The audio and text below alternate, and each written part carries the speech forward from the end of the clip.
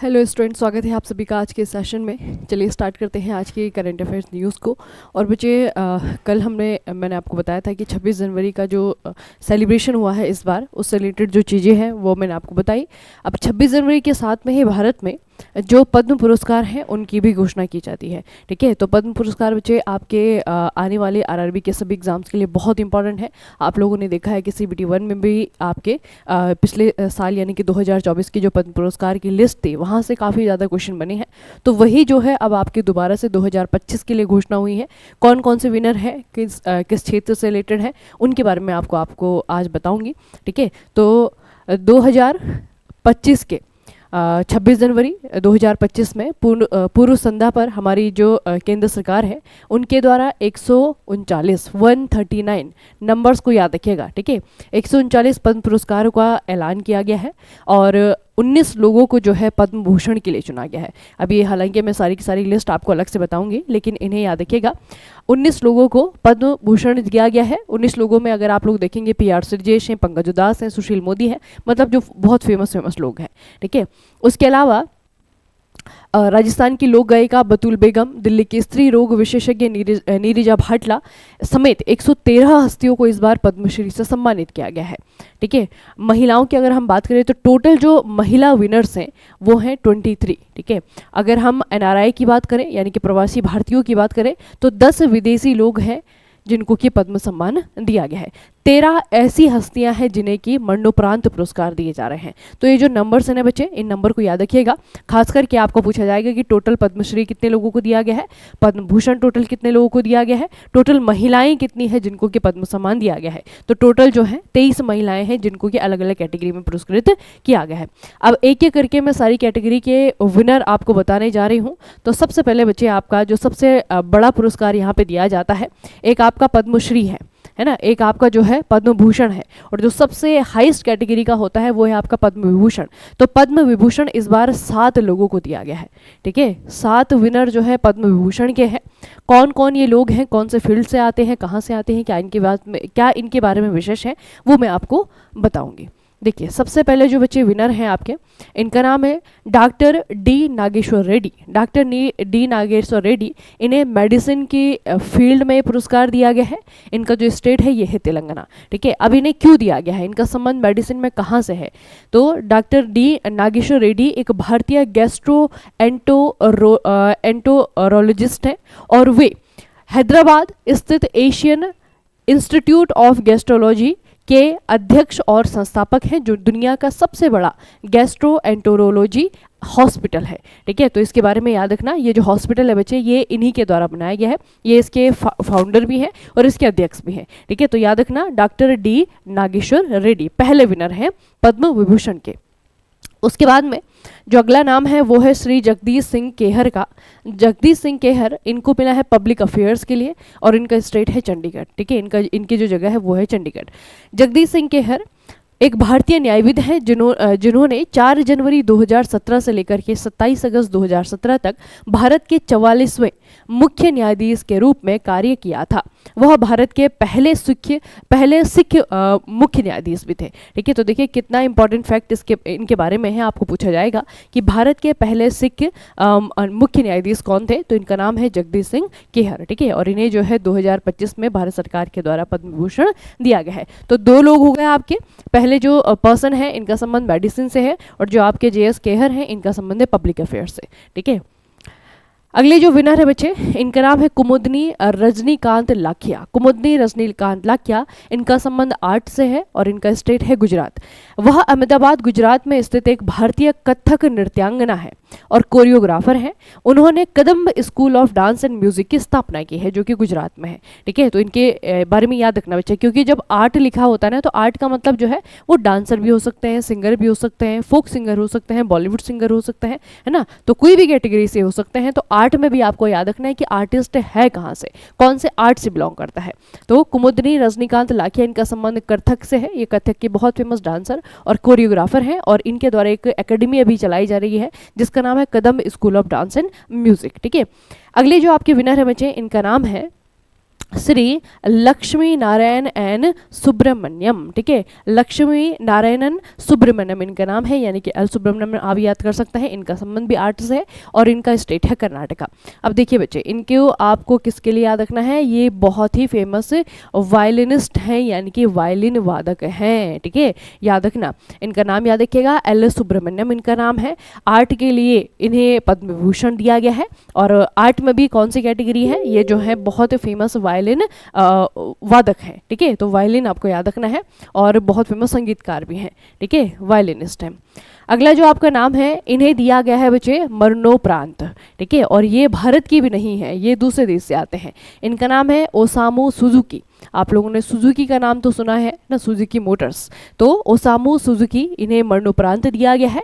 इनका संबंध trade industry से है, और इनका संबंध भारत से नहीं है, ये जापान से है, ठीक है। अब जब आपने सुजुकी सुना है तो सुजुकी मोटर के बारे में भी सुना होगा, है ना। तो ओसामा सुजुकी बच्चे एक जापानी व्यवसायी और सुजुकी मोटर्स के कॉर्पोरेशन के अध्यक्ष थे, ठीक है, नाम याद रखना, ओसामू सुजुकी इनका नाम है, जापान के, और इनको मरणोपरांत दिया गया है। अगला जो आपका नाम है, ये है एम टी वासुदेवन नायर। इन्हें भी मरणोपरांत दिया गया है। लिटरेचर और एजुकेशन के फील्ड में काम किया है इन्होंने। इनका स्टेट है केरला। यह एक बहुत फेमस भारतीय लेखक, पटकथा लेखक, फिल्म निर्देशक थे, और आधुनिक मलयालम साहित्य में इनका बहुत बड़ा कंट्रीब्यूशन रहा है, ठीक है। तो मलयालम लिटरेचर से इनका संबंध है, बहुत फेमस राइटर थे, नाम याद रखना, टी वासुदेवन नायर, ठीक है। इनका आता है लिटरेचर। अगली जो महिला हैं, इन्हें हमने वैसे भी करंट अफेयर में पढ़ा है, क्योंकि 2024 में हाल ही में इनका देहांत हुआ है, ठीक है। नाम है इनका शारदा सिन्हा।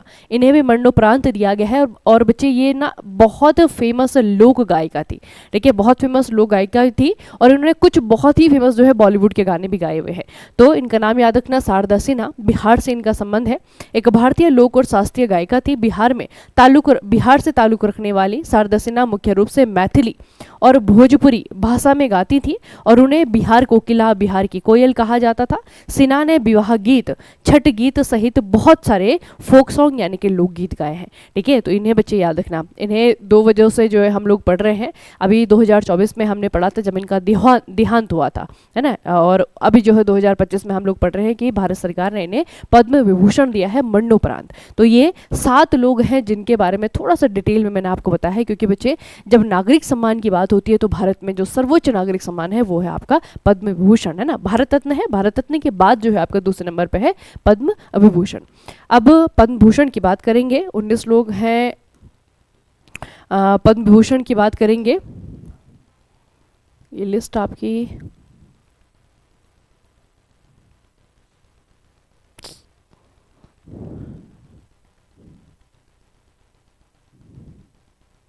हाँ यहाँ से स्टार्ट होती है। 7 लोग वहाँ से थे ना आपके, ठीक है, 7 आपके पद्म विभूषण हो गए, फिर 8 से जो है आपका बाकी स्टार्ट होते हैं, ठीक है।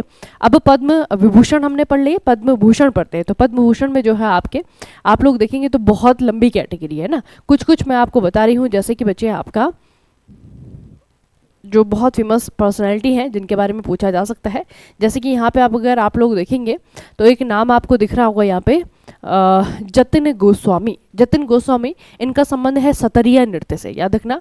आर्ट में इन्हें दिया गया है, और इनका जो डांस है सतरिया, जिसका संबंध है असम से, ठीक है। इनका स्टेट है असम। तो एक तो इनका नाम आपको याद रखना है, नाम है जतिन गोस्वामी, ठीक है। जतिन गोस्वामी का नाम आपको याद रखना है। उसके बाद अगला जो आपको नाम दिख रहा है, ये नाम है आपका PR सृजेश। PR सृजेश, ठीक है। इन्होंने अभी अभी रिटायरमेंट लिया था। ये जो है भारत के हॉकी के, ठीक है, भारत में हॉकी टीम का हिस्सा थे, ठीक है। ओलंपिक में जो अभी भारतीय टीम ने कांस्य पदक जीता है ना पेरिस ओलंपिक में, उस टीम का हिस्सा थे ये, और ओलंपिक खत्म होने के बाद में इन्होंने रिटायरमेंट की घोषणा की थी, ठीक है। और ये बच्चे गोलकीपर के रूप में काम करते थे, ठीक है। तो इनका नाम याद रखना, PR सृजेश नाम है, और इनका संबंध स्पोर्ट्स है। तो स्पोर्ट्स में जो है हॉकी, आपको खेल याद रखना है कि हॉकी, ठीक है, इन्हें भी दिया गया है। उसके बाद में जो अगला नाम है पंकज उदास। पंकज उदास जो है इनका निधन हो चुका है, ठीक है। बहुत फेमस जो है गजल गायक थे ये, ठीक है, गजल सिंगर थे। बहुत सारे इनके बॉलीवुड सॉन्ग भी हैं। इन्हें भी मरणोपरांत दिया गया है पुरस्कार, ठीक है। तो पंकज उदास। अगला जो आपका नाम है बच्चे, ये है अजीत कुमार का। जो साउथ की मूवीज देखते हैं लोग, आप लोगों ने नाम सुना होगा इनका, अजीत कुमार। तो ये जो है बहुत फेमस एक्टर हैं बच्चे, साउथ के एक्टर हैं, इन्हें भी दिया गया है, आपका अजीत कुमार को दिया गया है ये पुरस्कार। ठीक है, अगला जो आपका नाम है ये है शेखर कपूर का, बहुत फेमस फिल्म डायरेक्टर। ठीक है, याद रखना, फिल्म निर्माता कह सकते हैं, प्रोड्यूसर भी हैं, डायरेक्टर भी है, एक्टर भी हैं, बहुत सारी फिल्मों में काम भी किया है। ठीक है, तो बहुमुखी कह सकते हैं कि मल्टी टैलेंटेड इंसान है शेखर कपूर, इन्हें भी जो है आपका ये पुरस्कार दिया गया। तो आर्ट इनका फील्ड है ना, फिल्म निर्माता भी कह सकते हैं, निर्देशक कह सकते हैं, एक्टर भी हैं। ठीक है, तो बहुत सारी फिल्म में जो है काम करते हैं शेखर कपूर, इनका नाम याद रखना। उसके अलावा जो है आपका यहाँ पे नाम है शोभना चंद्र कुमार का। शोभना चंद्र कुमार बच्चे ये आर्ट से ही रिलेटेड है, लेकिन आर्ट में जो है ये अभिनेत्री भी है और इनका संबंध है भरतनाट्यम डांसर। ठीक है, भरतनाट्यम नृत्य से इनका संबंध है।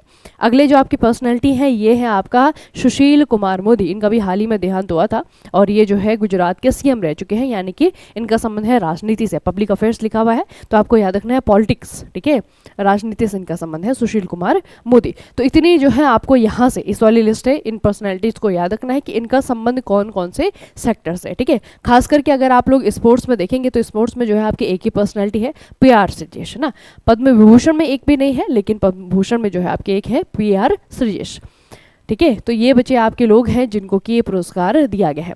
अब यहाँ पे आपकी एक लिस्ट बसती है, कौन सी वाली, पद्म भूषण हमने पढ़ लिए हैं, पद्म भूषण हमने पढ़ लिए हैं, लेकिन जो 113 लोगों को जो पद्मश्री दिया गया है उसे कैसे पढ़ेंगे। 113 लोग हैं। ठीक है, तो 113 लोगों में से बच्चे जो है मैं छान करके कुछ इंपॉर्टेंट पर्सनैलिटी हैं उनको मैं आपको बताऊंगी, उन्हें जो है आप अब ये डेली करंट अफेयर वाला जो सेशन है यहाँ पे जो है रेगुलर बेसिस पे मैं इसकी न्यूज़ यहाँ पे ऐड करती रहूँगी, क्योंकि एक ही बारी में जो है इतने सारे नाम ना आप याद कर पाएंगे। ठीक है, वो बहुत ज़्यादा लॉजिकल नहीं होगा ना, तो इसलिए जो है पद्म विभूषण मैंने आज आपको बता दी है, भूषण भी आपको बता दिए हैं। ठीक है, अब जो पद्मश्री है 113 लोग हैं, 113 लोगों में से जो बहुत ही ज़्यादा इंपॉर्टेंट लोग होंगे, जो बहुत ही ज़्यादा याद रखने वाली पर्सनैलिटी होंगे, उन्हें हम देखेंगे। ठीक है, वो मैं हर सेशन में आपको जो है बताती रहूँगी कुछ कुछ नाम। अगली जो आपकी न्यूज़ है, प्रधानमंत्री नरेंद्र मोदी ने इंदौर और उदयपुर को दुनिया के 31वें वेटलैंड मान्यता प्राप्त शहरों की सूची में शामिल होने पर बधाई दी है। हालांकि ये न्यूज़ आप लोगों ने पहले पढ़ ली है, मैंने आपको बताया था ये। तो इंदौर और उदयपुर बच्चे आपका ये भारत के पहले ऐसे शहर बन गए हैं जिनको कि रामसर साइट जो है ना, उन्होंने अपने वेटलैंड सिटी के रूप में जो है इन्होंने इनको मान्यता दी है। ठीक है, इंदौर और उदयपुर पहले 2 भारतीय शहर बन गए हैं जिन्होंने रामसर कन्वेंशन के तहत मान्यता प्राप्त वेटलैंड शहरों की वैश्विक सूची में जगह बनाई है। ठीक है, भारत के पहले ऐसे शहर हैं और ये जो मान्यता है, ये जो स्टेटस है, ये रामसर कन्वेंशन के द्वारा किसे किसे दी जाती है, तो यह मान्यता उन शहरों के लिए दी जाती है जो एक अंतर्राष्ट्रीय मान्यता है। यह अपने प्राकृतिक और मानव निर्मित वेटलैंड को महत्व देते हैं। ठीक है, तो ऐसे शहर जो कि अपने यहाँ पे वेटलैंड्स को बचाने के लिए काम कर रहे हैं।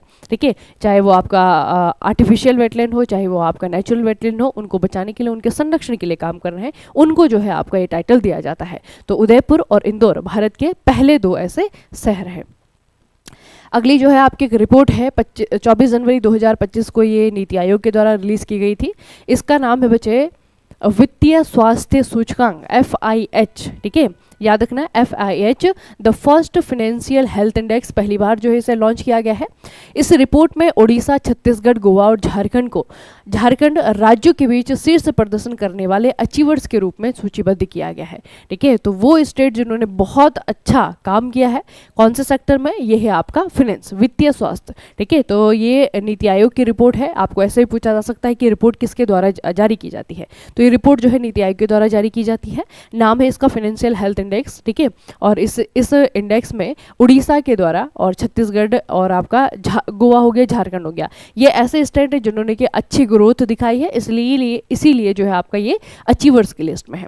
अगला है वित्तीय स्वास्थ्य सूचकांक 2025 शीर्षक वाली रिपोर्ट ने 2022-23 के लिए राज्यों को रैंक किया है। ठीक है, तो ये रिपोर्ट जो है ये भले ही आपकी 2025 में रिलीज हो रही है, लेकिन इसका जो डेटा है, इसका जो आंकड़ा है, इसकी जो ग्रोथ यहाँ पे स्टेट को जिसके हिसाब से ये मार्किंग दी गई है, वो आपकी 2022-23 का जो फाइनेंशियल ईयर था उसके आधार पे दिया गया है। ठीक है, अब यहाँ पे बच्चे क्या है कि जैसे अचीवर्स की लिस्ट है, उसके अलावा और भी जो है यहाँ पे कैटेगरी होती है। ठीक है, उन कैटेगरी में कौन कौन से स्टेट है, इस रिपोर्ट के अनुसार पंजाब, आंध्र प्रदेश, पश्चिम बंगाल, केरला, ये वित्तीय स्वास्थ्य सूचकांक में सबसे खराब प्रदर्शन करने वाले स्टेट हैं। ठीक है, रिपोर्ट ने उन्हें एस्पिरेशनल श्रेणी में सूचीबद्ध किया है। ठीक है, तो इसमें बच्चे आप पंजाब है, आंध्र प्रदेश है, पश्चिम बंगाल है। अब इस लिस्ट में अगर आप लोग देखेंगे जैसे कि जो अचीवर्स हैं, अचीवर्स की लिस्ट में पहले नंबर पे आपका उड़ीसा है, क्योंकि इसके नंबर सबसे ज़्यादा है 67.8। ठीक है, और वहीं जो खराब प्रदर्शन करने वाले जो स्टेट है उनमें अगर आप लोग देखेंगे तो पंजाब जो है सबसे पीछे है। इसके मार्क्स देखेंगे आप कितने हैं, 10.7, यानी कि सबसे नीचे है ना। तो ये दो स्टेट आपको खास करके याद रखने हैं कि जो FIH, ये जो इंडेक्स निकाला है नीति आयोग ने, यहाँ पे सबसे ऊपर सबसे अच्छा प्रदर्शन करने वाला स्टेट और सबसे खराब प्रदर्शन करने वाला स्टेट कौन सा है। ठीक है, तो सबसे अच्छा तो आपका जो है उड़ीसा है पहले नंबर पे, और सबसे खराब जो है आपका पंजाब है। ठीक है, तो इन दोनों स्टेट को आपको याद रखना है। उसके अलावा इस रिपोर्ट का उद्देश्य देश के राज्यों के वित्तीय स्वास्थ्य के बारे में समझ विकसित करना है, और इसमें महाराष्ट्र, उत्तर प्रदेश, तेलंगाना, मध्य प्रदेश और कर्नाटक को फ्रंट रनर श्रेणी में रखा गया है। तमिलनाडु, बिहार, राजस्थान और हरियाणा को परफॉर्मर श्रेणी में रखा गया है। ठीक है, तो यहाँ पे 4 कैटेगरी बची हम लोगों ने देखी है। एक आपका अचीवर्स हो गया, एक आपका एस्पिरेशनल हो गया, है ना, एक आपका फ्रंट रनर हो गया, और एक आपका परफॉर्मर्स हो गया। ठीक है, तो अलग अलग कैटेगरी है, अलग अलग कैटेगरी में जो है अलग अलग स्टेट सबसे ऊपर है। तो पहले तो इन्हें जो है ऑल ओवर जो हम कैटेगरी देख सकते हैं कि टॉप 5 और बॉटम 5, है ना, सबसे अच्छा काम और सबसे खराब काम किसने किया है। ठीक है, फिर 2 जो आपकी कैटेगरी आती हैं ये इस तरीके से आती है कि पिछले इस साल में जो है सबसे अच्छा काम किसने किया है ना, परफॉर्मर कौन सबसे अच्छा परफॉर्म कर रहा है, या फिर फ्रंट रनर है जो कि अच्छा काम करने की ओर अग्रसर है। ठीक है, तो फ्रंट रनर में अगर आप लोग देखेंगे तो महाराष्ट्र जो है आपका पहले नंबर पे है। ठीक है, दूसरा जो है आपका परफॉर्मर में अगर आप देखेंगे तो तमिलनाडु पहले नंबर पे है। तो इस तरीके से जो है अलग अलग कैटेगरी जो है इन्होंने बनाई है, और अलग अलग कैटेगरी में अलग अलग स्टेट पहले नंबर पे है। अब छोटी न्यूज़ की बात करते हैं। सबसे पहले है रिलायंस इंडस्ट्री गुजरात के जामनगर में दुनिया का सबसे बड़ा डेटा सेंटर बनाने जा रही है। यह महत्वाकांक्षी परियोजना भारत के डिजिटल बुनियादी ढांचे में एक क्रांतिकारी बदलाव लाने की क्षमता रखती है। रिलायंस इंडस्ट्रीज के द्वारा कहां पर, गुजरात में भारत का सबसे बड़ा डेटा सेंटर बनाया जाएगा। अगली जो आपकी न्यूज़ है बच्चे ये डिफेंस रिलेटेड है। अभी जनवरी 2025 में रक्षा मंत्री राजनाथ सिंह जी के द्वारा युद्ध क्षेत्र निगरानी प्रणाली, युद्ध क्षेत्र में निगरानी रखने के लिए एक सिस्टम, एक प्रणाली है जिसका नाम रखा गया है संजय। ठीक है, ये नाम आपको याद रखना है कि संजय, इसको हरी झंडी दिखाई गई है। यह अत्याधुनिक सेंसर, अत्याधुनिक एनालिटिक्स से लैस है, और यह भविष्य के युद्ध क्षेत्र को बदल लेगा। इसे भारतीय सेना और भारतीय इलेक्ट्रॉनिक्स लिमिटेड के द्वारा स्वदेशी रूप से और संयुक्त रूप से डेवलप किया गया है, विकसित किया गया है। ठीक है, तो पूछा जाएगा कि संजय क्या है। संजय क्या है, युद्ध क्षेत्र में निगरानी रखने के लिए आपकी क्या है, सबसे लेटेस्ट टेक्नोलॉजी है या फिर लेटेस्ट प्रणाली है। ठीक है, इसका नाम संजय है। इसे इंडियन आर्मी के द्वारा और जो आपकी BL है, भारत इलेक्ट्रॉनिक्स लिमिटेड है, इन दोनों के द्वारा जो है कंबाइनली से बनाया गया है, डेवलप किया गया है। ठीक है, तो नाम याद रखना संजय। अगली जो आपकी न्यूज़ है, प्रसिद्ध बॉलीवुड अभिनेता आयुष्मान खुराना को इस वर्ष के फिक्की फ्रेम्स संस्करण के ब्रांड एम्बेसडर के रूप में नियुक्त किया गया है। फिक्की फ्रेम्स क्या होता है? फिक्की फ्रेम्स भारत का प्रमुख वैश्विक मीडिया और मनोरंजन सम्मेलन है। ठीक है, तो याद रखना बच्चे, फिक्की फ्रेम्स इसका जो हेडक्वार्टर है यह है आपका मुंबई महाराष्ट्र में। ठीक है, फिक्की फ्रेम्स जो है इसका हेडक्वार्टर मुंबई महाराष्ट्र में है। इसकी स्थापना 1999 में हुई थी, और इस साल यानी कि 2025 में जो सम्मेलन हुआ है इसके लिए ब्रांड एम्बेसडर के रूप में आयुष्मान खुराना को चुना गया है। अगला है ICC के सालाना पुरस्कार। ICC जो है मंथली भी अवार्ड देता है, सालाना भी अवार्ड देता है। जो ईयरली अवार्ड है उसमें कैटेगरी में भारत के खिलाड़ी का नाम है, और ये है आपका अर्शदीप सिंह। अर्शदीप सिंह को ICC पुरुष T20 cricketer of the year 2024 चुना गया है। ठीक है, इस कैटेगरी को नाम याद रखना, कैटेगरी को याद रखना, और अर्शदीप सिंह का नाम याद रखना बच्चे। अगली जो आपकी न्यूज़ है जम्मू कश्मीर से है। जम्मू कश्मीर सरकार ने विरासत को संरक्षित करने के लिए चिनार के पेड़ों की जियो टैगिंग की प्रक्रिया शुरू की है। बेसिकली जियो टैगिंग क्या होता है? चिनार बच्चे आपका, चिनार का पेड़ जम्मू कश्मीर में पाया जाता है। ठीक है, और इसकी जियो टैगिंग की जा रही है। तो जियो टैगिंग में होना क्या है, क्या किया जाना है? इस इनिशिएटिव के तहत हर चिनार के पेड़ पर एक QR कोड लगाया जाएगा। इस कोड को स्कैन करके पेड़ की स्थिति, उसकी उम्र, उसका स्वास्थ्य, उसका विकास के पैटर्न जैसी जानकारी मिलती है। ठीक है, तो इस तरीके से जो है हर पेड़ की यहाँ पे की जा रही है जियो टैगिंग। अगली जो आपकी न्यूज़ है ये भी स्टेट से रिलेटेड है। राष्ट्रीय बालिका दिवस जो कि आपका 24 जैन को मनाया जाता है। इसके अवसर पर हरियाणा की महिला और बाल विकास मंत्री श्रुति चौधरी के द्वारा महिला एवं किशोरी सम्मान योजना का सम्मान संजीवनी ऐप लॉन्च किया गया है। यह ऐप लाभार्थियों तक योजना के लाभ की डिलीवरी को ट्रैक करने में मदद करेगा। महिला किशोरी सम्मान योजना के तहत 10 से लेकर के 45 वर्ष की बीपीएल महिलाओं को और लड़कियों को सैनिटरी नैपकिन उपलब्ध कराए जाएंगे। ठीक है, तो ये ऑलरेडी स्कीम है।